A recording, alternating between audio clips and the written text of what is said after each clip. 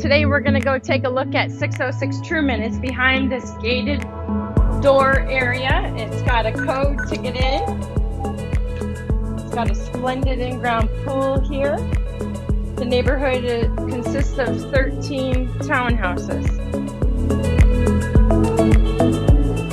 Let's take a look inside 606 Truman Avenue today. It's like new inside. It's a 2-bedroom, 2-bath, and old town. Just